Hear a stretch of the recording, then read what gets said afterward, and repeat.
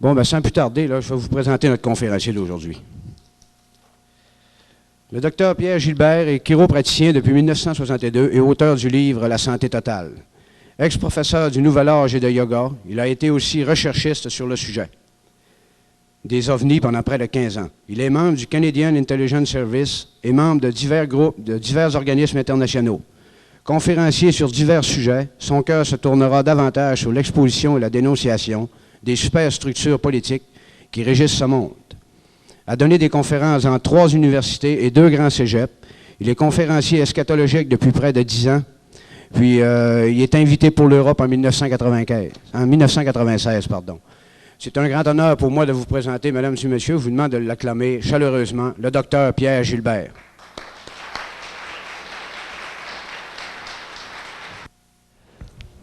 Alors, je voudrais souhaiter la bienvenue à chacun d'entre vous et à tous, comme si vous étiez personnellement liés à moi. Il ne m'est pas possible de vous donner la main à chacun de vous, puisqu'il y en a quelques nombres. Et je dois vous dire que nous sommes très en retard ce matin.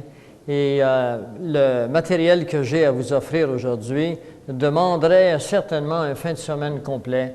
Alors, il est évident que nous allons couper quelque part, mais j'espère que j'aurai le jugement nécessaire pour couper aux bonnes places, parce que je suis toujours indécis à quel endroit je couperai. Je veux d'abord vous souhaiter une bonne journée, souhaiter la bienvenue. Et ensuite de ça, je vous remercie de ne pas fumer. Je suis vraiment allergique à la fumée. En tous les cas, ma gorge l'est. Je voudrais remercier des individus spéciaux tels que Régent, Gérard d'Alma, ici, qui vient de me présenter. Daniel Gagnon, qui est en arrière, debout. Ensuite, je veux remercier l'équipe de Plein Feu sur l'heure juste. Et vraiment, je voudrais que vous les applaudissiez parce que c'est une équipe qui est avec moi depuis déjà plusieurs années et qui n'épargne ni temps ni argent pour arriver aux fins que nous cherchons, c'est-à-dire faire connaître la parole de Dieu et faire connaître les événements dans lesquels nous sommes actuellement.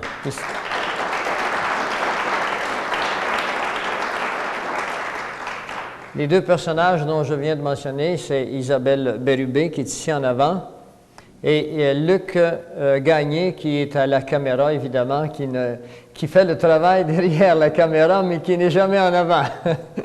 Alors, c'est ça, le travail de l'inconnu. Et moi, je fais la vedette en avant, mais ne vous en faites pas, je n'ai pas du tout l'intention de jouer à la vedette. Tout ce que je veux faire, c'est vous apporter un message qui, sans le fait d'accepter de jouer à la vedette, ne viendrait pas à vos oreilles. Alors, je vais vous demander une disposition spéciale aujourd'hui parce que la plupart d'entre vous allez entendre des choses auxquelles vous n'êtes pas habitués. Vous savez, ce n'est pas parce que vous ne connaissez pas l'électronique qu'elle n'existe pas. Il y a 2000 ans, on ne connaissait même pas le mot atome. Elle était là, pareil, elle existait. Donc, je vous demande une disposition d'esprit, ouvrir d'abord vos cœurs et votre esprit, parce que ce que j'ai à vous apporter est conforme à ce que j'aime appeler la vérité. Et la vérité, ce n'est pas moi. Et ce n'est pas moi qui ai la vérité. La vérité, c'est Dieu qui l'a et c'est dans sa parole. Et je vais vous démontrer aujourd'hui où nous sommes rendus, que nous sommes à la fin des temps. Je voudrais ouvrir vos cœurs, mais je vais vous expliquer que nous ne sommes pas, comme les gens le croient, à la fin du monde. Maintenant, je voudrais vous dire que votre esprit, elle est comme un parachute. Elle fonctionne que lorsque vous l'ouvrez. Autrement, vous vous cassez la gueule. Il y a 2 nouvelles ici que je vais partager avec vous aujourd'hui. Il y en a une que j'appellerais une mauvaise nouvelle. Il y a, mesdames et messieurs, des problèmes incroyables qui viennent sur cette planète, sur l'humanité. Et ces problèmes dont je vous parle, je vais vous les démontrer, je vais vous les prouver, dans la mesure où vous voulez bien ouvrir vos cœurs et vos esprits. Je vais vous les prouver par des documents qui sont faits par les gens qui régissent ce monde, et ils sont faits également, et je vais vous les prouver également par la prophétie de la parole de Dieu. Tantôt, on a dit que j'étais eschatologiste. C'est un mot qui est ignoré par la plupart d'entre vous. Le mot eschatologie veut dire ceux-là qui étudient les signes de la fin des temps. Eschatologie veut dire toute chose amenée à sa fin. Et je n'ai pas l'intention de vous faire peur. De toute façon, c'est une réalité que vous ne pouvez échapper. Alors, l'eschatologie est l'étude de la prophétie biblique en contexte de la situation A, du temps, B, des événements internationaux. On ne peut étudier l'eschatologie en gardant son nez dans la Bible seulement. La Bible est un livre comme une boussole. De temps à autre, il faut la mettre sur la map pour regarder à quelle latitude nous sommes rendus. Et ensuite de ça, si je n'avais qu'une mauvaise nouvelle à vous raconter, je ne serais pas ici aujourd'hui, je ferais du skidoo ou encore je me cacherais derrière de la drogue ou de la boisson en attendant que les choses viennent. Mais non, vous voyez que j'ai le cœur gai, vous voyez que je lève la tête parce que je n'ai pas peur des événements qui viennent et j'ai des bonnes raisons de ne pas avoir peur parce que celui qui m'a dit qu'il y avait des mauvaises nouvelles, lesquelles nouvelles je vois par l'actualité, m'a dit d'autres choses également. Il m'a dit que bientôt, il arriverait un événement extraordinaire sur la planète Terre, une très bonne nouvelle, et je vais vous inviter, je vais vous montrer comment y participer à cette bonne nouvelle. Encore une fois, si vous ouvrez votre parachute, parce que toute l'humanité est en chute libre. Il faut ouvrir son parachute. Je voudrais également, avant de commencer cette conférence, vous signaler que nous ne sommes pas une religion. Nous ne sommes pas une secte. Nous ne prônons aucune religion. Nous ne prônons aucun mouvement, aucune secte. Nous sommes plein feu sur leur juste, une compagnie qui a pour mission, avec des vidéocassettes et des conférences, de faire connaître A, la parole de Dieu, B, spécialement cette partie de la parole de Dieu consacrée à la prophétie. Et c'est pour ça que nous aurons des cassettes vidéo qui sont faites professionnellement et nous vous invitons à vous les procurer. Et si nous ne les avons pas tous, nous sommes en train de produire des cassettes dont je vous mentionnerai cet après-midi. Vous pourrez réserver d'avance. Et la conférence d'aujourd'hui est enregistrée, mais nous pourrons vous la donner avant qu'elle soit faite en montage. C'est-à-dire que nous ajouterons des images de l'actualité afin que vous puissiez avoir une cafétéria d'éléments qui vient activer, si vous voulez, qui rende plus vrai la conférence d'aujourd'hui.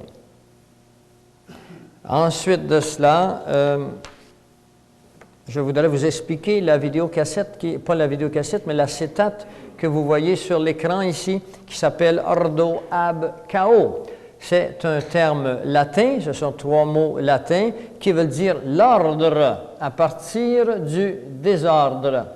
Bien, c'est de ce mot qui est un concept, ce mot qui contient une philosophie en lui-même, qui est aussi vieux qu'Adam et Ève, ce mot qui a été utilisé spécialement par les philosophes de l'école de pensée de Karl Marx et de Friedrich Hegel, que nous vient ce mot qui veut dire que les hommes qui contrôlent notre société, pour créer un nouvel ordre dans notre société, y apportent le désordre.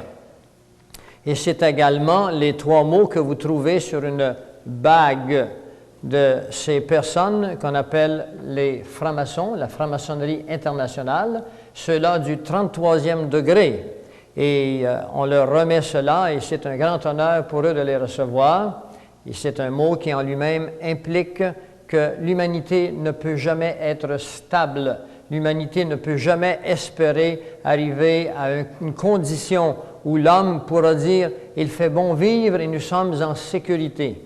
Ordo ab Chao est le thème, les mots-clés d'une religion qu'on appelle la franc-maçonnerie internationale, que nous allons déshabiller pour vous ce matin, afin que vous puissiez ensuite, quand vous regardez les nouvelles internationales, comprendre que ces hommes mènent notre planète depuis un bon moment et que ces hommes ont planifié avec un agenda bien précis des crises économiques qui sont à l'horizon. Il y en a une très grande à l'horizon, c'est une 3e guerre mondiale.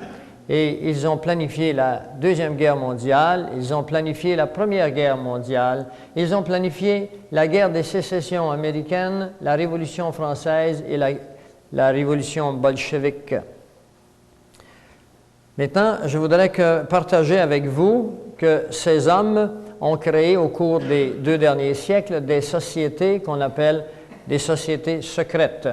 Et ces sociétés secrètes sont moins secrètes qu'elles étaient. Elles sont sur la place publique maintenant par l'intermédiaire des gens comme moi, parce que je ne suis certes pas le seul à amener à votre oreille et à votre connaissance ces sociétés secrètes. Aux États-Unis, bon nombre de personnages comme moi le font, mais je dois vous dire qu'aux États-Unis, elles le font avec un grand coût, c'est le coût de leur vie.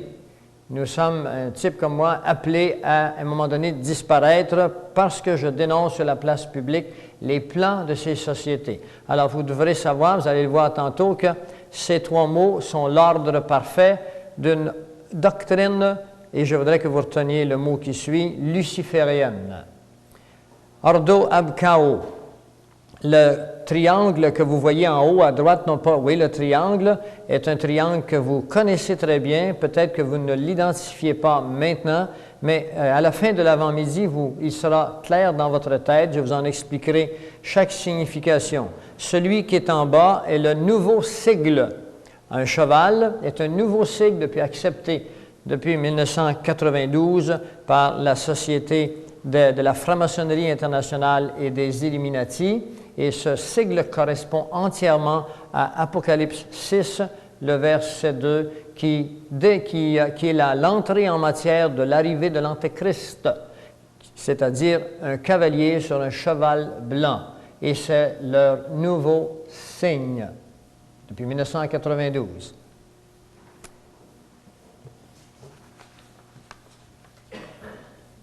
Maintenant, je vais exposer pour vous les sociétés secrètes. Premièrement, il existe une société secrète qui s'appelle les Illuminati. Les Illuminati, c'est une organisation qui est là depuis 2 siècles déjà et qui mène le monde actuellement. Et ce matin, je vais vous faire comprendre qui ils sont. La deuxième société secrète au monde, c'est la franc-maçonnerie internationale. La franc-maçonnerie internationale est composée d'environ 5 à 6 millions d'hommes qui sont en poste. Aucun d'eux n'est dans la rue. Ils ont les postes clés de notre monde, spécialement ceux qui ont conquis le 30e degré. La 3e section des sociétés secrètes s'appelle les Bilderberger. Et le mot Bilderberger vient d'une ville qui existe en Hollande, à Bilderberg, où eut lieu en 1957 la première réunion des Bilderberger. Et leur plan, leur fonction, c'est d'amener le contrôle financier global dans notre société au niveau d'une organisation de contrôle total afin d'appauvrir les populations de la Terre, afin de rendre l'Amérique du Nord un pays entièrement communiste.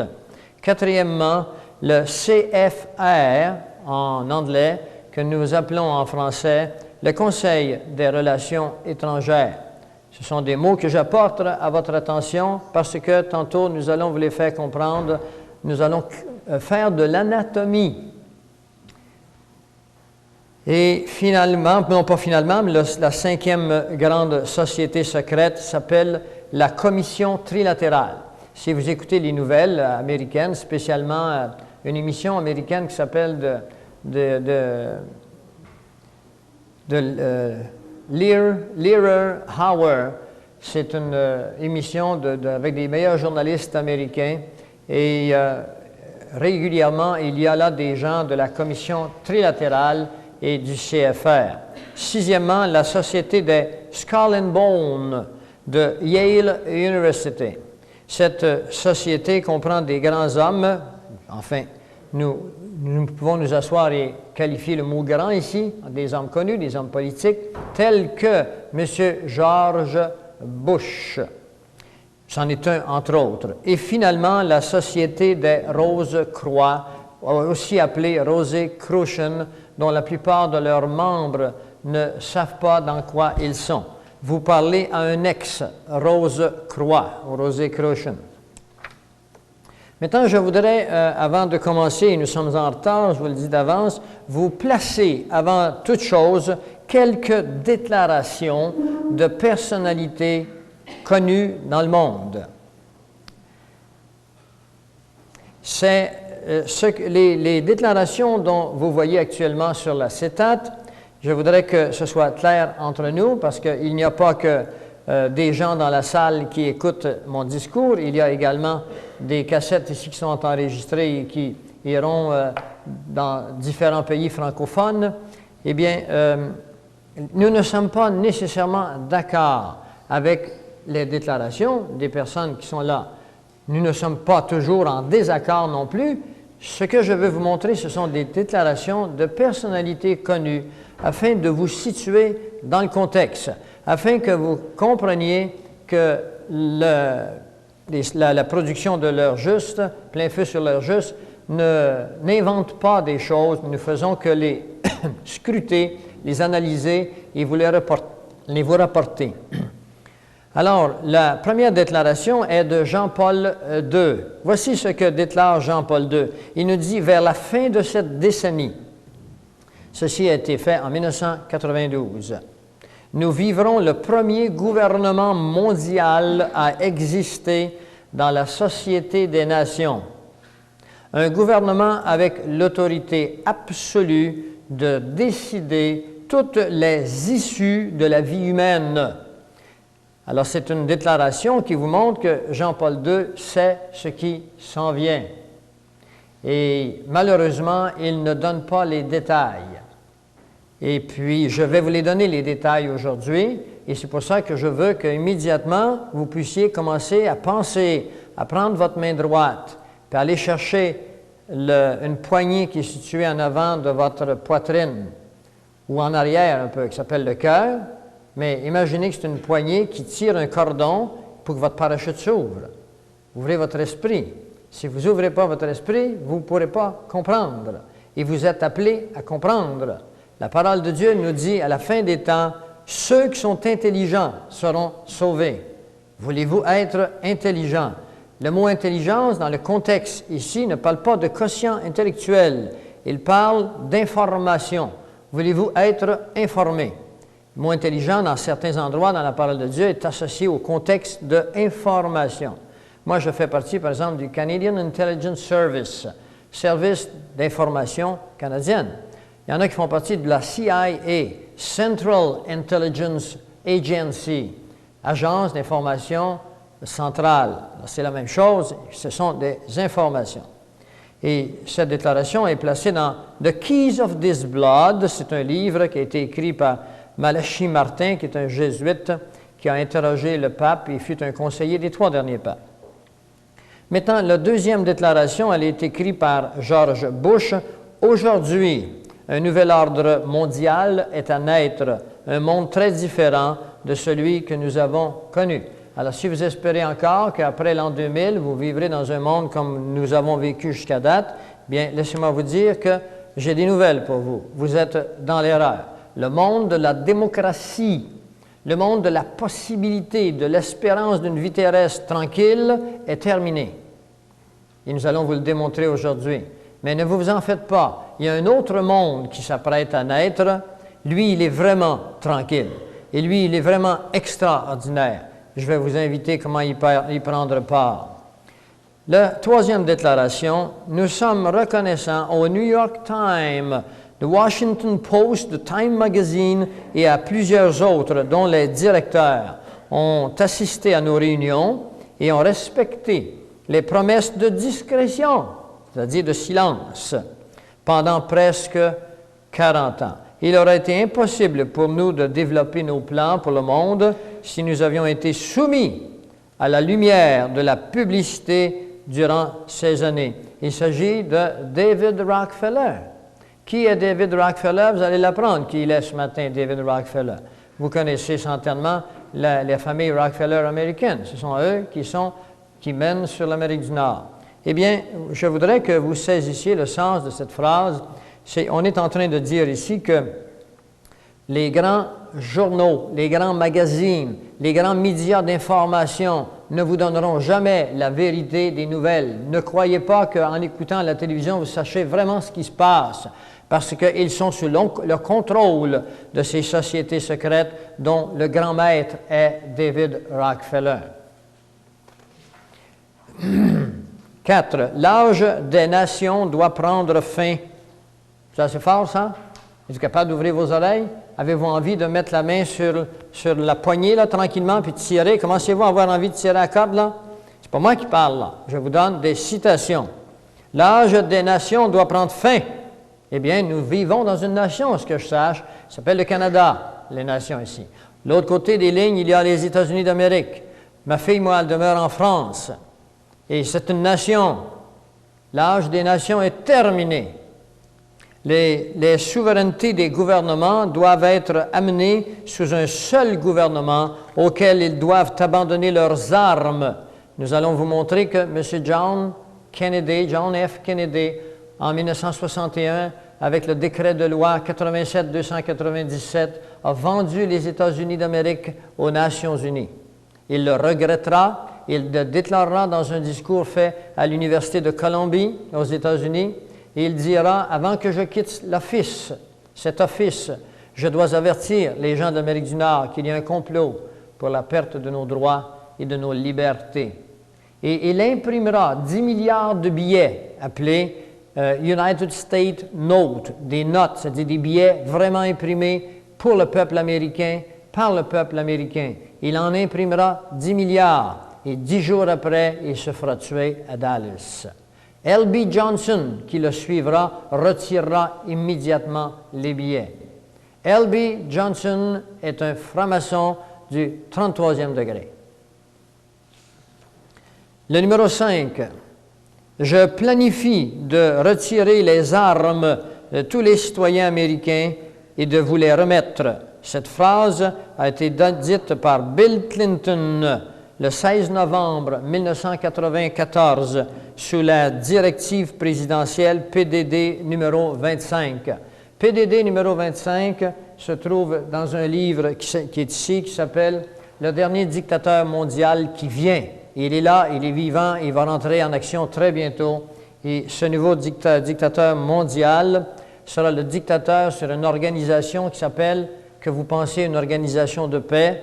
Et c'est quand on dit des choses comme je vous dis qu'on risque notre vie, ça s'appelle les Nations unies.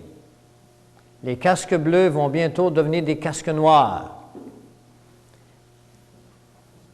Alors, il a déclaré ceci lorsqu'il prenait des vacances à Hawaï en 1994, et c'est un militaire qui était là, qui a entendu le discours, qui était un chrétien, et qui, le lendemain, dans son église, s'est levé debout et a déclaré ceci. Alors, c'est pour ça que vous voyez M. Rock du Canada, le ministre Rock du Canada, qui met tout en branle pour faire tomber le port des armes au Canada, aux États-Unis, et toutes les nations qui ont accepté de se débarrasser de leurs armes en sont passées sous la domination de la dictature. Vous ne devez pas vous débarrasser de vos armes. Je sais qu'il y a des gens qui ont été tués à Montréal dans une cafétéria, mais je voudrais que vous sachiez que c'est un événement isolé et que toute l'humanité maintenant s'oriente sur des événements isolés qui ont été préparés de toutes pièces par ces gens-là. Je vous montrerai comment cet après-midi on a payé ou on a drogué des gens pour tirer dans la foule, pour que la foule ait compassion des gens qui sont décédés, afin qu'on fasse passer des lois qui enlèvent les armes. Ce faisant, on dira au public que les armes sont dangereuses. Maintenant, ils sont protégés. En même temps qu'on vous enlèvera vos armes, le gouvernement, lui, s'arme jusqu'aux dents. Et ce n'est que la répétition de ce qui est arrivé depuis des siècles. Le 6e, en 1935, 1935 demeurera dans l'histoire, car pour la première fois, une nation civilisée oblige l'enregistrement de ses armes. Nos rues seront plus sécuritaires, notre police plus efficace, et le monde entier suivra notre exemple. Cette phrase fut prononcée en 1937 par Adolf Hitler. Et vous savez ce qui a suivi. Alors, tous les gouvernements qui ont désarmé leur population l'ont fait dans le but de ne pas rencontrer d'opposition. C'est contre le 4e amendement des États-Unis qui prévoit que chaque citoyen ait un droit de port d'armes, obligation de port d'armes, en cas que les gouvernements rebelles viennent amener le peuple sous la dictature. Et je vais vous le dire tout de suite, nous en allons sous la dictature, non seulement nationale, mais la dictature mondiale. Le numéro 7, nous devons agir aussi rapidement que possible vers un seul gouvernement mondial, une seule religion, un seul chef mondial. Ceci a été exprimé par Robert Miller. Ce n'est pas n'importe qui, Robert Miller, c'est l'ex-assistant au secrétaire des Nations Unies, maintenant président de l'Université de la paix au Costa Rica. L'Université de la paix au Costa Rica. Une seule religion, un seul gouvernement, un seul homme en place. Je vais vous montrer que si vous avez encore foi qu'il existe un Dieu, que ce Dieu-là nous a donné dans son livre qu'on appelle la Bible, les indications précises pour l'arrivée de ces choses. Cet après-midi, vous aurez l'occasion de vous faire expliquer tout à fait comment le prophète Daniel nous a tout donné sur ce qui arrive maintenant. Il n'y a rien de nouveau sous le soleil. Comprenez que Dieu ne vit pas dans le temps comme vous et moi. Ça ne l'exclut pas de vivre dans le temps. Mais Dieu savait toutes choses et il nous a dit ces choses, non pas parce qu'il les produisait, mais parce qu'il les savait. Il faut connaître la différence entre l'omnipuissance de Dieu et son omniscience.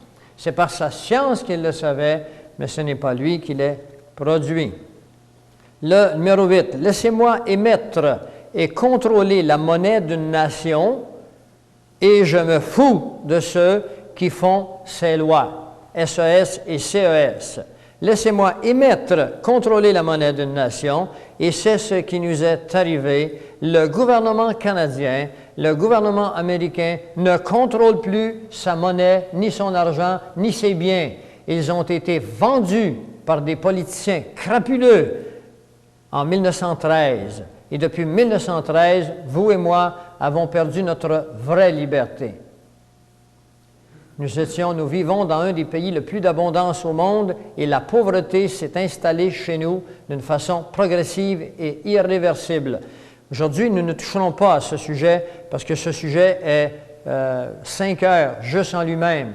Mais dans une cassette que nous allons imprimer en décembre, je l'espère, nous vous révélerons comment les sociétés secrètes se sont emparées de notre monde sans l'usage des armes par le système bancaire et nous ont réduits à l'esclavage, vous et moi. Vous allez le voir en cours de route. Finalement, le numéro 9, nos institutions bancaires. Ceci a été dit, le numéro 8, par le baron Nathan Rothschild. Et le baron Rothschild a dit ces paroles en 1950 à Ottawa devant le Parlement canadien. Et le Parlement canadien n'a jamais réagi, n'a jamais compris ce qu'il fallait faire. Actuellement, le premier ministre du Canada ne contrôle pas la monnaie et l'économie de notre pays. Il doit faire appel à la Banque du Canada, à non pas M. Crowe, mais le nouveau président de la Banque du Canada, son nom m'échappe, s'il va remonter les taux d'intérêt ou s'il va les baisser. Comment pouvez-vous administrer un pays quand vous devez demander à l'autre qu'est-ce qu'il va faire le matin avec les taux d'intérêt? Si nous étions vraiment premier ministre de l'administration d'un pays, vous devez également y contrôler sa monnaie et son argent et ses intérêts. Alors, tout ceci a été vendu à une organisation internationale qu'on appelle les banquiers internationaux. Et la Banque du Canada, mes amis, contrairement à ce que vous avez cru, n'appartient pas au Canada. La Banque fédérale de réserve américaine, contrairement à ce que les Américains ont toujours cru, n'appartient pas aux Américains. Ces deux banques appartiennent à la Banque de France, à la Banque d'Angleterre, à la Banque de Francfort. Elle appartient aux banquiers internationaux sous la juridiction des Rothschild, des Rockefeller, des Milner, de JP Morgan et d'un groupe spécial d'hommes, dont 10 familles qui contrôlent le monde. Je ne veux pas m'embarquer trop sur ce sujet aujourd'hui, sur la partie des sociétés secrètes, mais je voudrais que tranquillement vous tiriez la main de plus en plus sur votre parachute. Il faut que vous compreniez pourquoi qu'on a une dette semblable au Canada, pourquoi qu'on s'en va vers la pauvreté, pourquoi qu'on ferme des hôpitaux, pourquoi qu'on a de plus en plus de suicides, pourquoi les gens deviennent de plus en plus sans loi et sans foi. Tout ceci a été organisé pour produire le thème d'une philosophie qui s'appelle Ordo ab Chaos. Et le dernier, finalement, les États-Unis doivent être forcés à s'abandonner à l'autorité de la Banque mondiale afin de progresser vers le nouvel ordre mondial. Ceci a été écrit par Félix Rohatyn, qui est un membre du CFR, ou ce que je vous ai dit tantôt, le Conseil des relations étrangères dont nous allons déshabiller ce matin. Eh bien, ce n'était que l'entrée en matière. Vous étiez dans le portique. Si vous avez froid un peu, je vous invite maintenant à entrer. Je voudrais vraiment commencer ma conférence maintenant.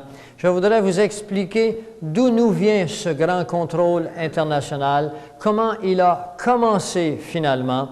Et puis pour cela, bien, il faut aller loin en arrière. Il faut aller dans le passé. Il faut aller jusqu'à l'an 458. Et je vais lire un peu, vous m'excuserez. Voyez-vous, je n'ai pas cette mémoire théâtrale des artistes de tout retenir par cœur, mais je connais assez bien mon matériel. Vous aurez l'occasion de poser des questions. Alors, il faut retourner vers l'an 458 à partir d'un homme qui s'appelle Mérovie, qui est le premier roi des Francs. Francs, ça veut dire français. Et cela s'appelle la lignée du Saint Graal. Il y a des gens peut-être dans cette salle ou qui entendront qui font partie d'un groupe qu'on appelle La Vérité dans la Lumière avec un homme qui s'appelle Abdrouchin qui prône être le Fils de l'homme et qui a écrit beaucoup de livres dont j'ai été initié vers l'âge de 25 ans qui ont influencé ma vie et qui m'ont permis de concevoir et de voir dès cette époque qu'il y avait dans le monde une société secrète de désinformation. Il est important que vous compreniez ça. Une société de désinformation. Cette société n'est pas sous la direction unique d'un seul homme. C'est un réseau de désinformation. Et je vous dis quelque chose là. Il n'est pas naturel à l'homme de chercher Dieu. Alors, Dieu dit que dans son Fils Jésus, il dit « Je suis la vérité ». Alors, les gens aiment mieux aller vers l'homme parce que la relation est plus facile, on le voit, et entendre ce que l'homme a à dire et croire ce que l'homme dit au lieu d'aller vers Dieu et voir ce que lui a à dire dans son livre qu'on appelle la Bible. Alors, la lignée du Saint Graal, il faut remonter au roi français Mérovie avec toute la lignée des rois d'Europe et même le pape Étienne IX, qui est alors le chef de l'Église romaine au XIe siècle. Charlemagne et Pépin III se diront mariés à des princesses mérovingiennes. Le roi français Philippe Auguste II, le fils de Louis VII, capturera le duché d'Anjou et le passera à la dynastie des Habsbourg, qui mène encore sur l'Europe actuellement, et ainsi se continuera cette lignée à travers l'Europe. Les croisades du 11e au 16e siècle joueront un rôle important pour cette lignée de sang. Je dois vous avertir immédiatement qu'il y aura dans la conférence de ce matin une progression vers des événements qui vous toucheront de plus en plus. Vous devez aller dans les racines. Si vous comprenez les racines, vous comprendrez les feuilles de l'arbre. Plusieurs croisades furent françaises et eurent pour mission la liberté de la Terre sainte des musulmans. En l'an 1061 de notre ère, Geoffroy de Bouillon conquit Jérusalem.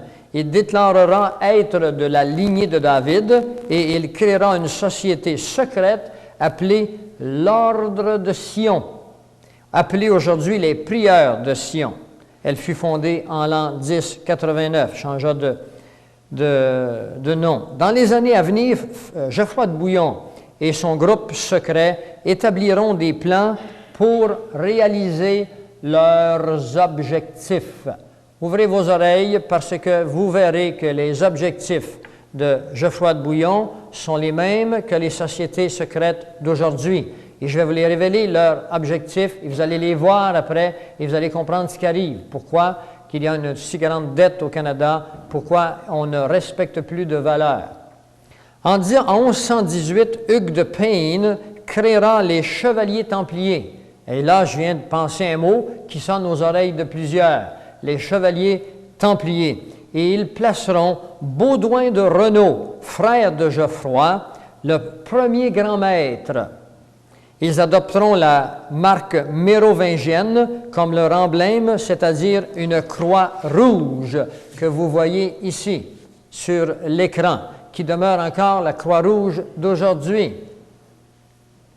Quel était maintenant le but exposé de ces chevaliers? Parce que toute organisation secrète doit avoir une couverture où le public qui ne connaît pas pense qu'ils font du bien, eux.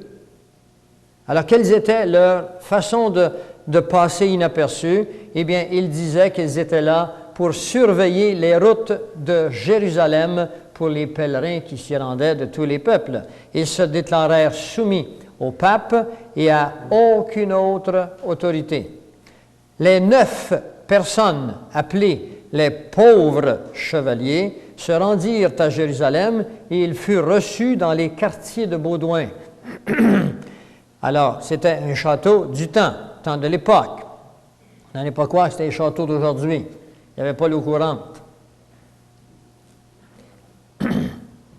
Alors, ils y passèrent une dizaine d'années à une activité bien particulière. Écoutez-la, cette activité. Avec des paysans qu'ils engageaient, ils creusèrent les alentours du temple pour y découvrir les trésors du temple de Salomon. Et moi qui arrive d'Israël, je dois vous dire qu'on voit encore des fouilles tout autour de Jérusalem, du mur des Lamentations, et c'est rempli de fouilles. À chaque jour, on trouve des choses extraordinaires, parce qu'il y a 4 couches, 4 civilisations qui y ont passé. En 1953, un rouleau de cuivre découvert près de la mer Morte indique qu'un trésor de près de 138 tonnes d'or et d'argent y avait été englouti par les prêtres juifs en l'an 70 de notre époque. Ils revinrent en Europe avec les richesses de Salomon. Ils bâtirent des châteaux partout en Europe. Ils devinrent les fameux gardiens du Graal. Pour ceux qui ne savent pas ce qu'est le Graal, c'est supposément cette coupe dans laquelle Jésus aurait bu à la dernière scène. Il faudrait que vous compreniez que c'est une totale invention.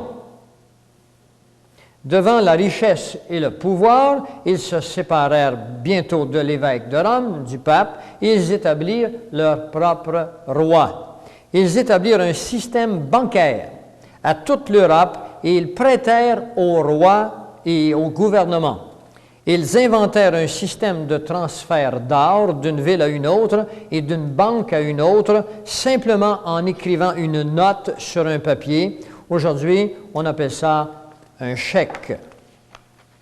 Et la raison pour laquelle ils firent cela, c'est qu'ils se faisaient voler leur or durant le transport. Alors, ils finirent par dire au roi, à UX, nous allons garder votre or, nous allons vous envoyer un papier qui est un émissaire du montant que nous gardons pour vous. Et finalement, ils passèrent la même or à 5, 6, 10 pays.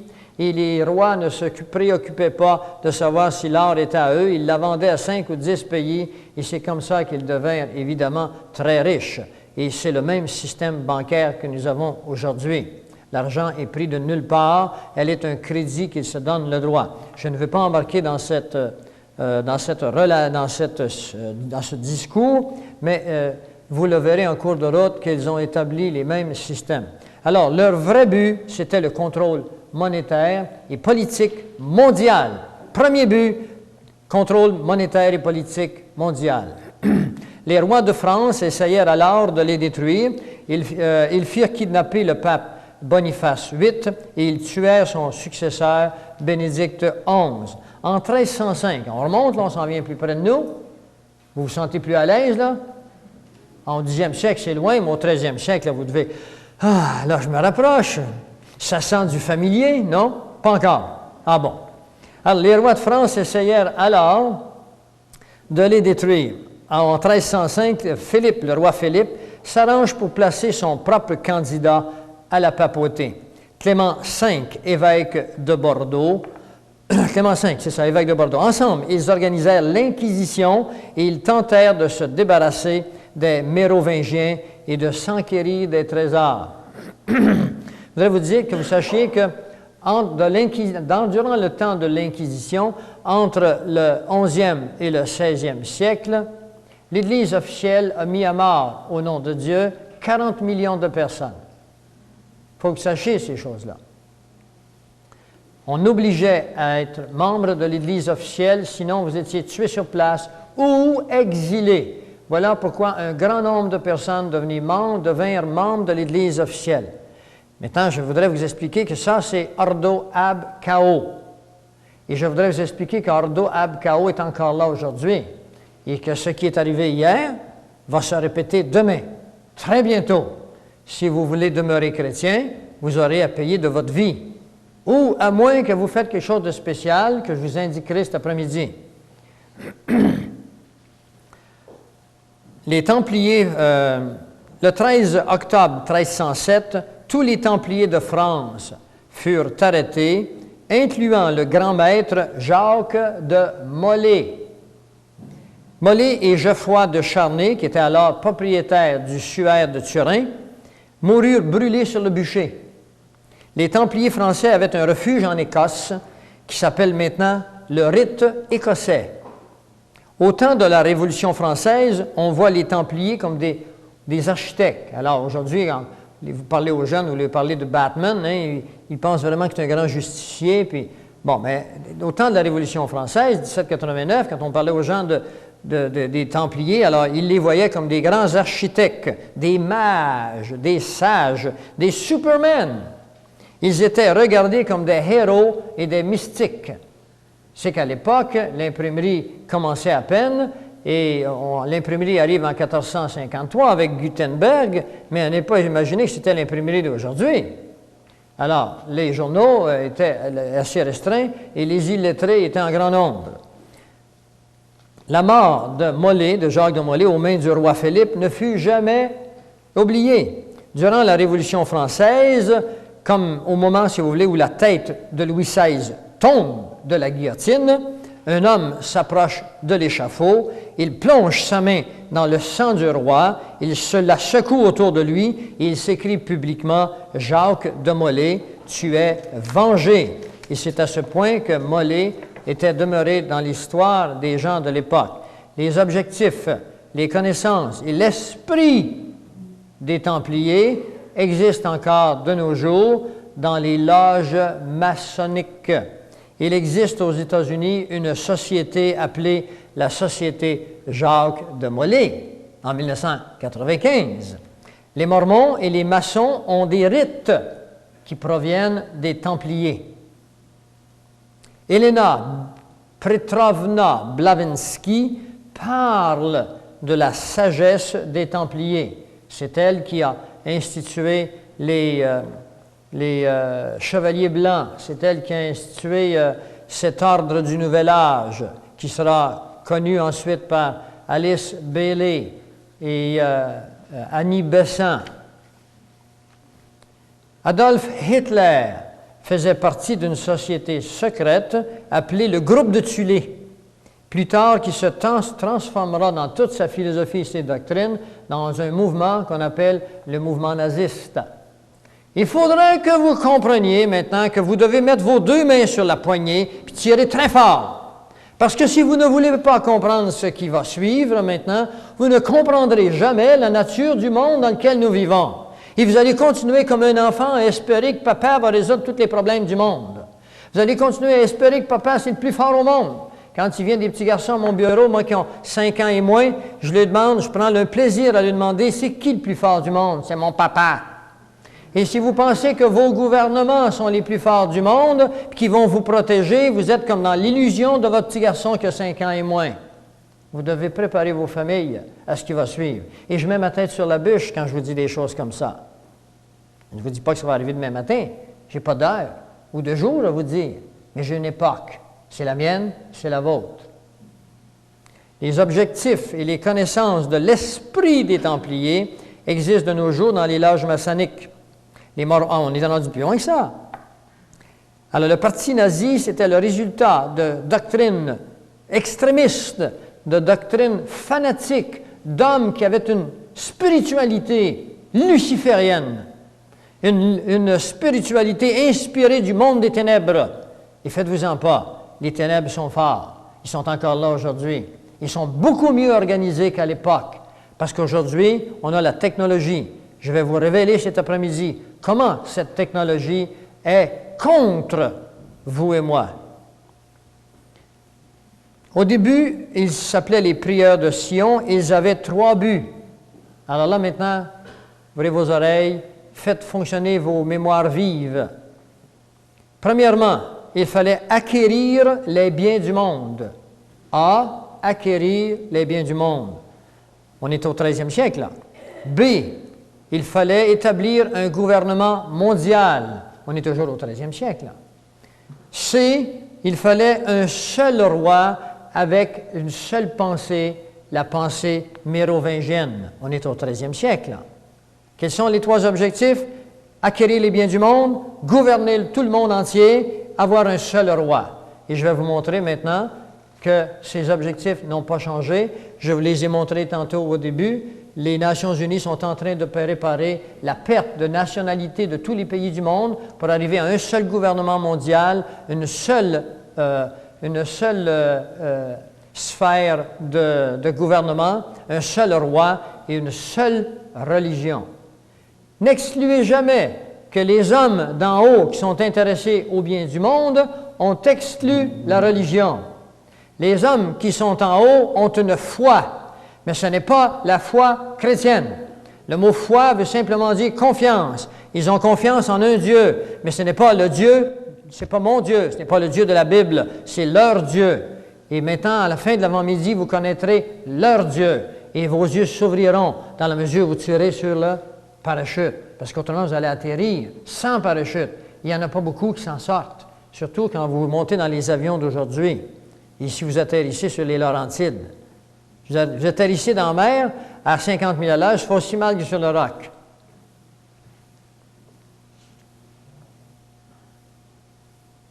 Il est dit qu'ils savent où est le trésor et qu'ils contrôlent l'économie mondiale. En 1979, on est plus près de nous, un reporter de la BBC demandèrent à Pierre Chartrand de Sainte-Claire, qui est alors le secrétaire général des prieurs de Sion, s'il possède encore le trésor de Sion. Il répondit, « Il sera retourné à Jérusalem en temps voulu. » Parce que Jérusalem, mettez-le dans vos têtes, c'est le centre de l'humanité. Le peuple juif, c'est l'horloge de l'humanité. Les Juifs ne sont pas un petit peuple quelconque, c'est le peuple de Dieu, le peuple physique de Dieu. Ce n'est pas le peuple spirituel de Dieu, c'est le croyant du Nouveau Testament qui est le peuple spirituel de Dieu. Mais le peuple physique de Dieu, sur lequel Dieu va se servir pour régler l'horloge du temps qui reste à l'humanité, c'est le peuple juif. Et cet après-midi, je vais vous révéler, je vais vous décoder comment on peut comprendre ces choses. Alors, en 1903, on présenta au tsar de Russie un document qui s'appelle le Protocole des sages de Sion. Le tsar déclara outrageux et provoquant et demanda qu'il soit détruit. En 1919, on le distribuera aux troupes russes qui assassinèrent 60 000 Juifs rendus coupables de la Révolution. Les Juifs ont toujours été le bouc émissaire de tout ce qui n'allait pas dans le monde. Au 13e siècle, lorsqu'il y a eu la peste noire en Europe, eh bien, les rois ont mis dehors tous les Juifs. Et 25 millions de personnes qui moururent en Europe à cette époque. Et il y avait environ 100 millions de personnes en Europe. C'est tout ce qu'il y avait à cette époque. Et le quart sont morts de la peste et ont mis les Juifs dehors du pays. Et là, j'aurais beaucoup de choses à vous dire, mais je passe. Parce que ça...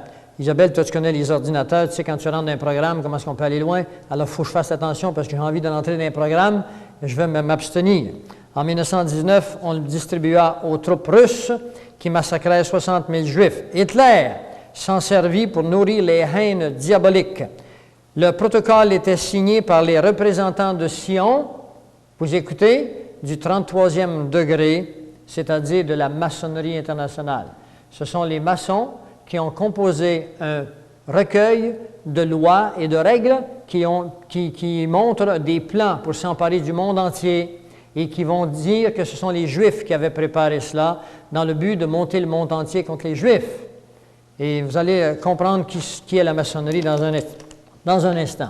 Il y a un siècle, une grande statue fut bâtie par un Français du nom d'Auguste Bartholdi. Elle fut placée dans le port de New York, elle fut bâtie en France, elle fut amenée sur bateau, elle fut placée dans le port de New York avec le nom officiel La Liberté, Lumière du Monde.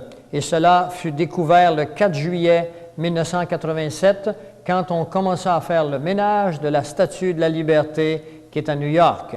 Je voudrais que vous sachiez que la liberté, lumière du monde, est un thème franc-maçonnique, parce que la Bible nous dit que Jésus est la lumière du monde et non pas la liberté. Parce que ces hommes ont, dans un rite, dans un rituel, accepté de se soustraire, de nier complètement le christianisme et de nier Jésus-Christ.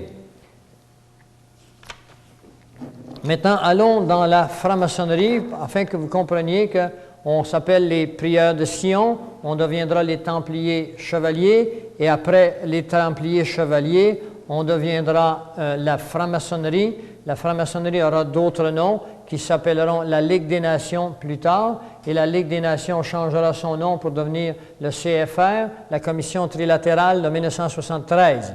Tous ces noms sont des changements de nomenclature avec le même esprit et les hommes qui passent par la même formation. J'ai avec moi des documents qui normalement auraient pu faire partie de ce matin, qu'on appelle le plan, le grand plan. Et à l'intérieur du plan, eh bien, nous est livrée la formation que doivent recevoir ces hommes. Je vous soustrais à tout cela, je vous dis simplement ceci: mentir doit devenir une deuxième nature pour ces hommes. Le mensonge est l'outil le plus important de ces hommes. Je voudrais que vous compreniez que ces hommes, la plupart de nos grands politiciens qui prennent les décisions, sont membres de ces organisations. La franc-maçonnerie, l'institution maçonnique, doit son existence à une confrérie de maçons constructeurs qui voyageaient en Europe dès le 8e siècle. Dès le 8e siècle, ils se partageaient des secrets qui étaient reliés à leur métier. On ne retrouve les premières traces du mot franc-maçon qu'en 1376, sous la forme anglaise de Freemason. Il semble que le mot libre dans ça, liberté, le préfixe semble vouloir le dire. Un ouvrier qui était hors du commun. Il bénéficiait de franchises accordées par l'Église, des franchises accordées par les souverains. Ils étaient libres des obligations des corporations ou libres de naissance. C'est ce qu'on appelle aujourd'hui un citoyen naturel. Chacun de vous, actuellement, n'êtes pas au Canada des citoyens naturels. Vous êtes des citoyens sous la loi de l'amirauté. Et à ce titre, sous la loi de l'amirauté, vous êtes dans un grand bateau. Et dans ce grand bateau, vous êtes un meuble. Et c'est le gouverneur général qui a reçu le droit de disposer des meubles comme il le voudra. Et c'est pour ça que vous êtes des payeurs de taxes. Il faut que vous changiez de statut, passez du statut de payeur de taxes ou de citoyen sur la loi de l'amirauté au citoyen de loi naturelle pour cesser de devenir un payeur de taxes. Je vous apprends des choses, mais ceci est dans la Constitution canadienne. Et cela a été réglé par des gens qui ont fait la Constitution canadienne et qui savaient ces choses, ils ont prévu une plus grande liberté. C'est pour ça que le Canada et l'Amérique du Nord étaient des pays bénis de Dieu, qui nous ont été enlevés depuis 1913 à cause de l'arrivée en masse des lois maçonniques et de la maçonnerie internationale. C'est en Bretagne, en Grande-Bretagne, surtout en Écosse, que l'on trouve au début du 17e siècle les premières traces de la franc-maçonnerie moderne, soit la transition entre une maçonnerie de métier, écoutez là, transition d'une maçonnerie de métier à une maçonnerie de pensée. En 1702, la loge londonienne Saint-Paul édictait que, entre parenthèses, les privilèges de la maçonnerie ne sont plus désormais réservés seulement aux ouvriers constructeurs, mais ils seront étendus aux personnes de tous les États qui voudront y prendre part. Vous pouvez y prendre part. Sans qu'il y a un chemin à suivre. Commence alors l'histoire de la maçonnerie moderne qu'on appelle la maçonnerie symbolique. Le 24 juin 1717, le jour de la Saint-Jean, les membres de les 4 loges londoniennes se réunissent et ils forment la Grande Loge de Londres, qui est la première fédération des loges maçonniques. En 1723, ils on publiera à Londres « The Constitution of Freemasons », l'implantation par les Anglais des loges maçonniques en France, arrive vers 1725. En 1738, la première obédience française, qu'on appelle Fédération des loges, voit le jour. C'est la Grande Loge de France. En 1773, apparaît une autre obédience qu'on appelle le Grand Orient de France. Si jamais j'entendais parler du Grand Orient de France, c'est une loge maçonnique. La loge de Londres se proclame la Grande Loge d'Angleterre. Et c'est elle qui compte alors des loges à travers tout le pays, en Angleterre, et même dans ses colonies. Le Canada est une colonie Angleterre, les États-Unis, la Nouvelle-Zélande et l'Australie. Les Anglais vont l'exporter jusqu'en Turquie, en Chine, au Nicaragua, en Europe, c'est la contagion dans les Pays-Bas, en Autriche, au Luxembourg, en Hollande, en Allemagne, en Hongrie, la Roumanie, la Bulgarie, la Grèce, la Suisse, les pays scandinaves, la Russie, l'Europe méridionale et le Portugal. Autrement dit, la franc-maçonnerie est partout, dans tous les gouvernements mondiaux. Et quand vous comprendrez leurs objectifs, vous verrez dans un instant que vous comprendrez ce que c'est que la franc-maçonnerie. Je dois terminer la franc-maçonnerie avant d'aller à la pause. La franc-maçonnerie compte différents rituels. Au nombre des rites d'usage d'aujourd'hui, on trouve le rite écossais le plus accepté. Alors, le rite maçonnique écossais est le plus accepté au monde et contient entre 5 à 6 millions de personnes. Il est né en France au début du 18e siècle. Le rite écossais rectifié remonte au 18e siècle. Il y en a d'autres, je les passe parce que nous sommes trop en retard. Vous n'aviez qu'à arriver avant. Publiquement, cette société se veut une organisation philanthropique. Vous n'avez pas entendu, là, vous avez ri. Je peux faire des faces, mais je ne suis pas obligé de rire.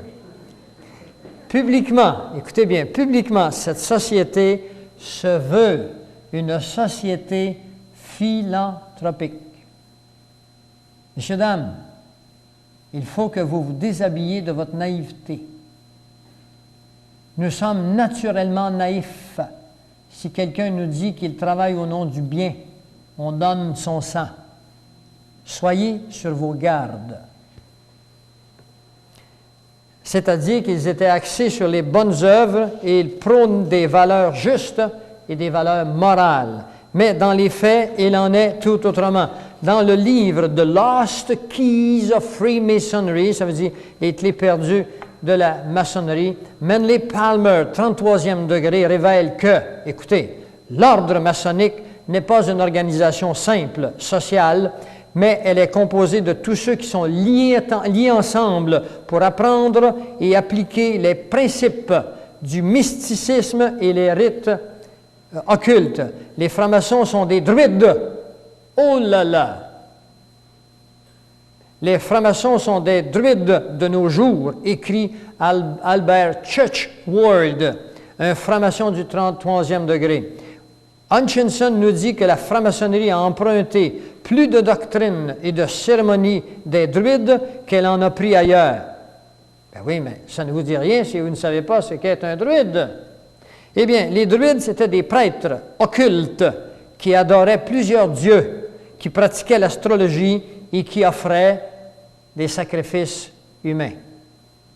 Et là, vous allez commencer à comprendre que les guerres ont été instituées par ces grands prêtres dans le but de faire couler beaucoup de sang pour rendre hommage à leur Dieu. Le vrai visage de la maçonnerie n'est révélé qu'aux initiés du très haut niveau. Les francs-maçons du 20e degré ne connaissent rien de tout ça. C'est une farce monumentale.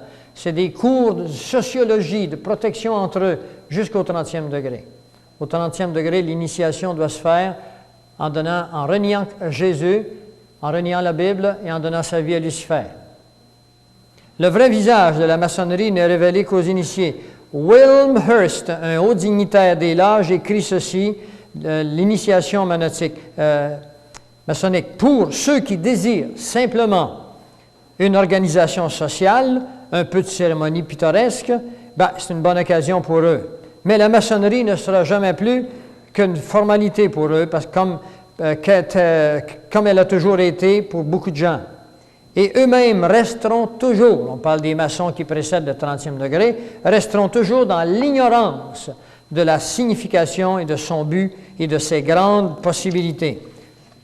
Albert Pike, dans son livre Morale et dogme, des anciens rythmes rituels écossais, écrit en page 819, « Une partie des symboles y sont divulgués à l'initié, mais ce dernier est intentionnellement induit en erreur.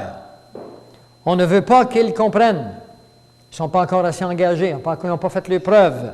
Leur vraie explication est réservée aux adeptes et aux princes de la maçonnerie. Il nous dit ceci dans ce livre qui fut préparé pour le Conseil suprême des États-Unis. La Bible, dit-il, avec toutes les allégories qu'elle contient, la Bible n'a aucune allégorie, n'exprime que d'une manière incomplète et voilée, disent-ils, la science religieuse des Hébreux. La vraie philosophie secrète et traditionnelle ne fut écrite que plus tard sous des voiles encore moins transparents. Ainsi naquit une seconde Bible inconnue des chrétiens, ou plutôt incomprise par eux. 3 points. Toutes les vraies religions dogmatiques sont issues, tombez pas dans l'erreur, disent-ils, de la Kabbale, et elles y retournent. Toutes les associations maçonniques lui doivent leurs secrets et leurs symboles. Mes amis, vous avez à la télévision communautaire dernièrement un groupe de personnes avec la présidence de M. François Bibeau, un homme qui s'appelle Van de Ban, qui répand la doctrine de la Kabbale. Si vous écoutez le canal 13 ou le canal dans vos municipalités, cet homme enseigne la Kabbale telle qu'elle est là. Et je suis allé à cette émission à Drummondville qui a passé à travers la province. Et puis, j'ai expliqué où nous étions dans le temps. Et maintenant, il est difficile pour nous d'aller dans des postes de télévision communautaire ou à la radio pour apporter la vérité. Mais ces hommes entrent à volonté. Et vos propres enfants, vous-même, vous êtes à journée longue balayés par cette science, disent-ils, qu'est la Kabbale, où Dieu est exclu. Vous êtes, selon eux, propriétaire de votre destin. L'homme n'est pas propriétaire de son destin. Si vous croyez ça, vous êtes dans le nouvel âge. Vous êtes dans la pensée kabbalistique luciférienne. L'homme, le chrétien, est un enfant de Dieu soumis à la seigneurie de Dieu. C'est curieux qu'en 2 Corinthiens 4, le verset 2 nous dit ceci. « Nous rejetons les choses honteuses qui se font en secret. Nous n'avons point une conduite astucieuse. » Alors que ces gens ont des conduites astucieuses, je veux que vous compreniez le contraste. Nous ne sommes pas là pour faire la promotion de la franc-maçonnerie. Nous sommes là pour faire de l'anatomie, afin que vous soyez demain un peu moins naïfs, un peu moins ignorants. Dieu nous appelle à connaître toute la lumière. La Kabbale, c'est l'ensemble des traditions juives relatives à l'interprétation mystique de l'Ancien Testament. L'Ancien Testament ne s'interprète pas d'une manière mystique, il s'interprète en contexte. Il est des plus anciens systèmes philosophiques occidentaux. Il est la fondation sur laquelle vous trouverez l'astrologie, le tarot, l'alchimie, la numérologie, la mythologie, la magie. C'est une science occulte qui prétend mettre ses adeptes en communication avec le monde des esprits. C'est du quotidien de nos jours de voir les gens qui font appel aux esprits. Je voudrais que vous sachiez que c'est de l'occultisme. Et c'est anti-biblique, c'est anti-chrétien. Si vous vous livrez à ces choses, vous êtes en abomination devant la parole de Dieu, devant Dieu. Vous le trouverez dans le Deutéronome 18. Oswald Wirth nous révèle que le livre de l'apprenti, il faut que je finisse ces choses-là, qui s'appelle « Quantité de maçons s'imaginent connaître la maçonnerie alors qu'ils ne soupçonnent même pas l'existence de ces mystères et de son ésotérisme. » Alors j'en passe, évidemment. La maçonnerie est une religion. Dans le livre du maître d'Oswald Wirth, nous lisons à la page 22, « Reste à savoir si la franc-maçonnerie est oui ou non une religion. » Il dit ceci, « Cesserait-elle d'en être une parce que les autels de ces temples sont consacrés au culte de la liberté, de la fraternité et de l'égalité. Voilà 3 mots que je voudrais que vous connaissiez. Liberté, fraternité, égalité. Ce sont les thèmes, les mots-clés de la franc-maçonnerie internationale. Ce sont par ces mots qu'eut lieu le rassemblement de la Révolution française. Ceux qui ont étudié l'histoire un peu se souviennent très bien que Robespierre publiait des documents dans lesquels on proclamait la liberté, la fraternité et l'égalité. Cette liberté vous dégageait de toute autorité civile ou divine. Elle est la même aujourd'hui. Ce sont des mots clés que vous devez retenir. Ayons, disait-il, le courage de nous tenir religieux, de nous affirmer apôtres d'une religion plus sainte que toutes les autres. C'est ainsi que le premier effet de l'initiation pour les maçonneries, c'est de purifier l'apprenti de toute mentalité chrétienne, s'il en a une. Il est curieux de voir que dans 1 Jean 1, le verset 7, il est marqué « Mais si nous marchons dans la lumière, comme il est lui-même dans la lumière, nous sommes mutuellement en communion et le sang de Jésus, son Fils, nous purifie. » Voyez-vous, la doctrine luciférienne est diamétralement opposée au christianisme. Dans le christianisme, aucun de nous n'est capable de nous sauver. C'est Christ qui vient nous sauver. Par son sang, c'est le sang de Jésus qui nous purifie. 1 Corinthiens 1,30. Dans la maçonnerie, c'est l'homme qui se purifie en se sanctifiant lui-même, en étant une personnalité de grande envergure. Alors voilà le genre de doctrines subtiles qui ont infiltré les religions, les gens qui pensent se sauver en faisant du bien. On va vous expliquer ça après-midi. Ce sont des doctrines qui deviennent à moitié de la franc-maçonnerie internationale. Vous ne pouvez pas être sauvé parce que vous êtes bon, parce que vous faites du bien, parce que vous avez souffert. On va voir ça après-midi. C'est contraire à l'enseignement chrétien. L'homme ne veut pas vers Dieu. C'est Dieu qui vient vers l'homme. L'homme est incapable de se sauver. C'est Dieu qui vient le chercher. Vous n'avez qu'une chose à faire. Après-midi, on vous dira ça.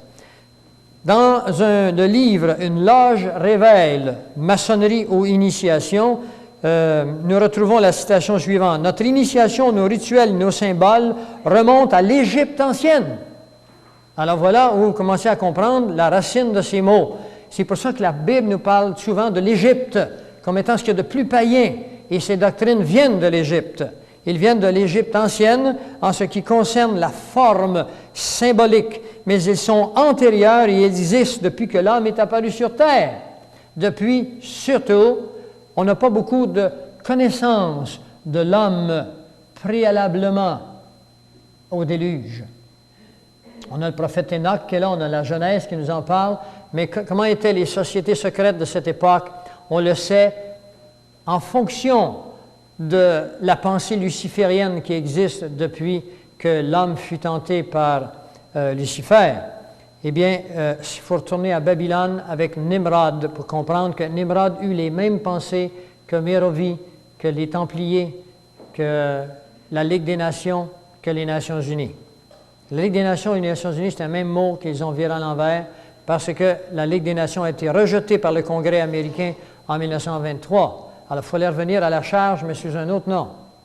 1945, à la fin de la guerre, on créera les Nations Unies. En Égypte, les confréries des bâtisseurs jouaient un rôle prédominant. Pharaon lui-même était un maître d'œuvre. Ils avaient des choses secrètes qu'on appelle la langue sacrée, la science des symboles, le déchiffrement des lois créatrices, l'astrologie, la magie, l'alchimie, pour ne citer que quelques-unes.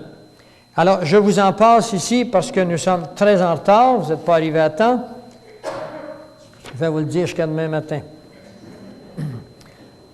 Albert Pike est un grand pontife de la franc-maçonnerie universelle du 33e degré. C'est le grand prêtre de l'Église satanique qui déclarera le 14 juillet 1889 ce que nous devons dire à la foule. Il ne dit pas cela aux francs-maçons du 10e, 20e, 29e degré. Il faut commencer au 31e degré. Voici ce qu'il leur dit. Ce que nous devons dire à la foule, c'est que nous adorons un Dieu, mais que le Dieu que nous adorons est sans superstition. À vous, grands inspecteurs et généraux souverains, nous disons ceci pour que vous puissiez le répéter aux frères du 32, 31 et 30e degré. La religion maçonnique devrait être pour nous tous initiés de haut degré, maintenue dans la pureté de la doctrine luciférienne. Si Lucifer n'était pas Dieu, disent-ils, qu'est-ce que Adonai, c'est-à-dire Jésus, le Dieu des chrétiens, pourquoi le Dieu des chrétiens, dit-il, le calomnierait, c'est-à-dire prendrait la peine de répandre des fausses choses dangereuses sur son compte? Parce que Jésus nous dénonce Lucifer et ses œuvres. Alors il dit, s'il n'était pas Dieu, pourquoi Jésus le dénonce? Et c'est là que naîtra Ardo, Ab, Chaos, que vous retrouvez toutes sortes de formes, entre autres le sigle de l'acupuncture, par exemple, qui est comme un S avec un noir avec un blanc à l'intérieur et un S blanc avec un noir à l'intérieur, qui veut dire que le bien et le mal sont intrinsèquement liés, le positif et le négatif, le yin et le yang. Ce sont des signes de Ardo, Ab, Chaos luciférien. Il y en a beaucoup d'autres, on va vous en montrer tantôt. Alors, il dit, cette déclaration fut faite à l'époque au 23 suprême Conseil du monde. Dans 1 Jean, au verset 1, il dit, « Au commencement était la parole était avec Dieu. » Puis dans 1 Jean 14, « Et la parole a été faite chair, elle a habité parmi nous, pleine de vérité, pleine de grâce. » Alors, il est question ici qu'il n'y a pas de ténèbres en Dieu.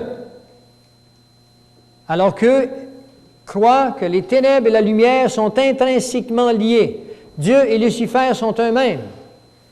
Et c'est pour ça qu'une des grandes doctrines du mouvement luciférien, c'est celui-ci, il en est en haut comme il en est en bas. Vous avez déjà entendu cette phrase-là? Ceci veut dire que Dieu et Lucifer sont mêlés, sont le même. Le grand Albert Pike, le général Albert Pike, considéré comme l'un des plus grands francs-maçons, a écrit le livre « Morale et dogme ». Jusqu'à récemment, ce livre était donné aux francs-maçons initiés. Dans un circulaire franc-maçon, il est écrit à propos de Pike, « Il n'y a pas d'homme plus pur et plus noble qui s'est tenu à l'autel de la franc-maçonnerie.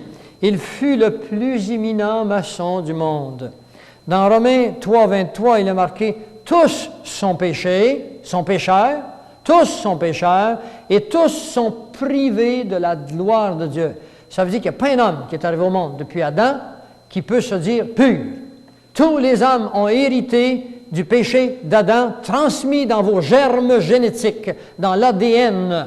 Et ceci fut découvert par des scientifiques russes qu'il y a dans les germes, dans la génétique de l'homme, quelque chose qu'ils ne comprennent pas, qui ne lui permet pas de vivre au-delà de X années, qui ne lui permet pas de tenir une ligne de conduite continue, qu'ils ne comprennent pas. Vous et moi, si vous êtes chrétiens, comprenez que c'est le fruit du premier péché. Alors cet homme se déclare pur, c'est exactement ce que Lucifer fit devant Dieu, et il se déclara pur. Et sa doctrine répandue maintenant chez les hommes qui mènent notre monde les a emmenés dans des initiations qui se croient pures. Et eux ne vous croient pas, vous, purs. Vous allez voir dans un instant, ils vont vous offrir comme sacrifice humain sur l'autel de leur doctrine à leur Dieu. Et ceci est préparé, et je vais vous expliquer ça cet après-midi. Cette conférence est composée d'éléments qui semblent disparates, mais c'est un casse-tête qui va prendre toute son entité dans la globalité. Ce n'est pas pour rien que je le mets sur la place publique, que je risque ma vie pour le faire. Vous devez le savoir. Si vous ne le savez pas, vous serez des victimes. Je vais vous dire ce que vous devez faire pour éviter d'être une victime. Pike a écrit quelques-uns des rituels et les a réécrits pour les degrés du 4e au 33e degré. Pike a occupé la position de pontife de la franc-maçonnerie universelle, tête de la maçonnerie mondiale. Il a été à la tête des Illuminati jusqu'en les années 1870. Il fut le grand prêtre de l'Église satanique et le fondateur du Ku Klux Klan. Ça vous dit quelque chose, le Ku Klux Klan? C'est une organisation qu'on trouve aux États-Unis dans le but de se débarrasser des Noirs. Vous devez comprendre que Satan a un but, c'est d'élever l'homme contre l'homme, nation contre nation, race contre race. Entre 1859 et 1871, il mit sur papier les détails d'un plan militaire Alors là, vous voyez que la conférence gradue vers des réalités, un plan militaire. Ce plan devait servir de base pour l'organisation de 3 guerres mondiales et de 3 révolutions majeures qu'il considérait comme étant nécessaires pour faire aboutir, écoutez bien là, la conspiration à son stade final dans le cours du 20e siècle. Où sommes-nous? 20e siècle. Et ceci correspond entièrement, si vous avez un peu de curiosité, à vous irez dans le psaume 2, le verset 1 à 6, où il est question d'une conspiration de toute l'humanité contre son oint, contre Jésus-Christ. Et vous allez comprendre que si vous pensez qu'on peut vivre sans croyance, sans foi, vous allez comprendre que Dieu est venu et nous a donné une foi, et vous allez comprendre que ceux qui sont contre Dieu ont également une foi. Il n'y a que le public qui n'en a plus de foi. Mais ce public va se faire balloter ou par ceux qui ont la foi satanique ou par ceux qui ont la foi divine. Vous aurez un choix à prendre. Il n'existe pas de milieu. Pike fut celui qui organisa le nouveau rite paladien. C'est un rite secret qui adore Lucifer, qui pratique l'occultisme et qui réunit l'élite de différentes divisions mondiales. Lorsque les Illuminati et les loges du Grand Orient devinrent suspects à cause des activités révolutionnaires de Mazzini en Europe, s'il y en a qui connaissent l'histoire de Mazzini, il établit 3 conseils suprêmes. L'un est situé à Charleston, en Caroline du Sud, un autre à Rome et un dernier à Berlin, en Allemagne. Par la suite, il fit établir par Mazzini 23 conseils suprêmes. Ces endroits furent des quartiers généraux, des points centraux secrets du mouvement révolutionnaire mondial depuis lors. Mais avant l'invention de la radio par Marconi, des scientifiques eux-mêmes, des Illuminati, avaient mis sur pied un tel système pour Pike et les chefs directeurs, qui faisaient partie du conseil, qui leur permettait de communiquer secrètement entre eux. Ce que je suis en train de vous dire ici, c'est quand Pike était là avec son groupe, ils avaient déjà la science à leur pouvoir, avant que le public ait cette science qu'est le radio, puis ils se communiquaient des événements, ils les faisaient arriver dans différents endroits du monde, et les gens se demandaient comment ça se faisait que ça arrivait ensemble. C'est que les sociétés secrètes, eux, se communiquaient entre eux par la science qui existait, qui était cachée au public. Vous devriez comprendre que nous avons la même similitude aujourd'hui. Nous pensons, nous, public, que nous avons, parce qu'on connaît les ordinateurs, on connaît ainsi de suite, que nous avons la science de notre côté. Sachez que les Illuminati mondiaux, qui sont les grands que je vous révélerai cet après-midi, ont une science énormément plus avancée que toutes celles que vous connaissez, qu'il a été révélée par Lucifer lui-même, afin de s'emparer de la planète dans un proche avenir. C'est le même monde qui se répète. Ce fut la découverte de ces communications secrètes qui permirent à des officiers d'intelligence de comprendre les événements qui, en apparence, étaient sans lien entre eux, qui prenaient place en même temps. Le plan de Pike pour provoquer les guerres, les révolutions, était simple. Il requérait que le communisme, le nazisme, le sionisme politique, ainsi que d'autres mouvements internationaux, soient organisés et utilisés pour fomenter 3 guerres globales et 3 révolutions majeures. La Première Guerre mondiale devait se faire pour permettre aux Illuminati de renverser le pouvoir des tsars en Russie et de faire de ce pays le château fort du communiste athéiste. Les différences entre les Britanniques et les empires allemands furent mises en évidence et exagérées par, écoutez bien le nom, des agents espions qu'on appellera des agentures. Mettez ceci dans votre vocabulaire, des agentures. Les agentures des Illuminati qui sont partout aujourd'hui dans notre monde politique, afin d'être utilisées pour fomenter ces guerres.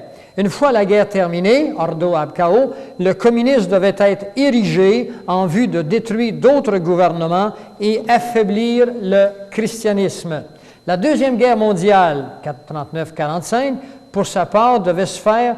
Là, j'avais envie d'aller dans une chambre, dans mon ordinateur, pour vous parler de la Première Guerre mondiale, vous parler qu'est-ce qu'ils ont fait, les tsars de Russie, ainsi de suite. Je passe. Si on est en retard, vous êtes arrivé en retard, on continue. La Deuxième Guerre mondiale devait, pour sa part, se faire à partir de l'exagération des différences qui existaient entre les fascistes et les sionistes politiques. Alors, on met beaucoup d'importance sur un mouvement plus que sur une autre, puis on crée ainsi des tensions, et quand les tensions sont prises, on crée un événement, on met le feu aux poudres, puis la guerre prend. Comme ça qu'on peut faire prendre des choses. Il y a des gens qui ont cette capacité, quand ils arrivent entre deux personnes qui normalement sont en paix, et un troisième arrive, et tout le monde se chicane. Ils ont cette capacité de mettre le feu aux poudres. Eh bien, il y a longtemps qu'ils savent ça, eux. Cette guerre devait se faire de telle sorte que le nazisme y serait détruit au profit de l'accroissement de la force politique sioniste. Ce qui, par conséquent, devait permettre à Pike, selon le plan de Pike, écrit dans la moitié du 19e siècle, l'établissement de l'État d'Israël en Palestine. Durant cette même guerre, le communisme international devait, de son côté, s'accroître de manière à devenir aussi fort que les nations chrétiennes réunies. Alors, ils l'ont essayé, ils l'ont fait pendant 70 ans avec Staline. Et cet après-midi, nous verrons avec un diagramme au tableau, nous verrons comment Staline était payé par les banquiers internationaux. Comment Adolf Hitler a reçu 5 ou 7 millions de dollars pour fomenter la Deuxième Guerre mondiale. Comment Mein Kampf, le livre qui a été écrit en soi-disant en prison par Adolf Hitler, fut écrit par les Illuminati et un jésuite dans le but d'arriver à faire la Deuxième Guerre mondiale. Quand je dis un jésuite, je ne veux pas dire que tous les jésuites sont comme ça. Je veux simplement dire que c'était un jésuite. On peut être traître au sein de quelque chose qui a une formation qui se veut autrement. On se servira, par exemple, de Pierre Teilhard de Chardin, qui est un jésuite, pour fomenter la pensée de l'évolutionnisme, qui est un des pères de l'évolution qui est antichrétien. Nous avons été créés et non évolués. Durant cette même guerre, le communisme... C'est bon. Alors, le communisme devait être retenu pendant un petit bout de temps, tout en étant gardé en échec jusqu'au jour où il devait servir. Alors, ouvrez grand vos oreilles. Il y a une cassette ici, je pense, Isabelle, qui va là. Pour la réalisation du cataclysme social final. Le cataclysme social final. Et c'est un mot que je vais vous retenir. Le cataclysme social final. Mes amis, nous entrons à grands pas dans la troisième phase de Pike. Nous entrons bientôt dans un cataclysme social final. Mais ne vous en faites pas, n'ayez pas peur, j'ai une bonne nouvelle pour vous. Je ne suis pas ici que vous apporter de mauvaises nouvelles. Je vais vous dire comment vous soustraire au cataclysme social final. Quelqu'un pourra-t-il dire ici, par exemple, que le président Roosevelt des États-Unis et le premier ministre Churchill de Grande-Bretagne, tous les deux francs-maçons, se concertèrent pour mettre en application une telle politique. Peut-être que je l'oublierai cet après-midi, mais un mois avant que les Japonais attaquent Pearl Harbor en 1945, oui, sachez que Dwight Eisenhower connaissait que les Japonais allaient attaquer Pearl Harbor. Il n'est pas intervenu, et c'était le général de l'époque. Qui était Eisenhower? C'était un franc-maçon du 33e degré. La Troisième Guerre mondiale, elle fut pensée pour se faire à partir de l'exagération des différences mises en évidence par les agentures, les agents espions des Illuminati et existants entre le sionisme politique et Israël et les chefs du monde musulman. Oh là là!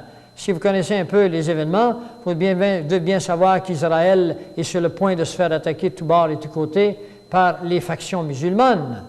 Et ceci a été préparé par Pike il y a déjà plus d'un siècle.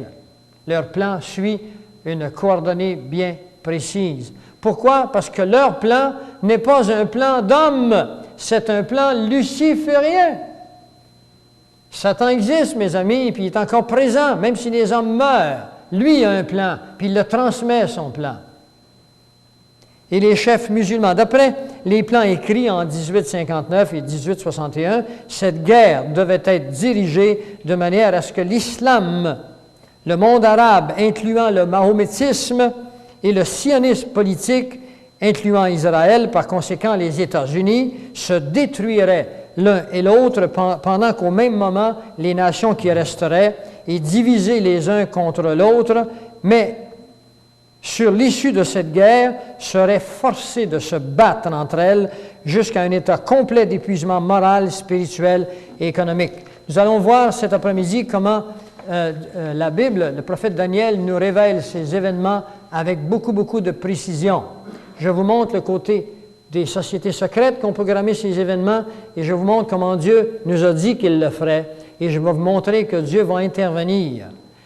Sinon, ce serait la fin de tout.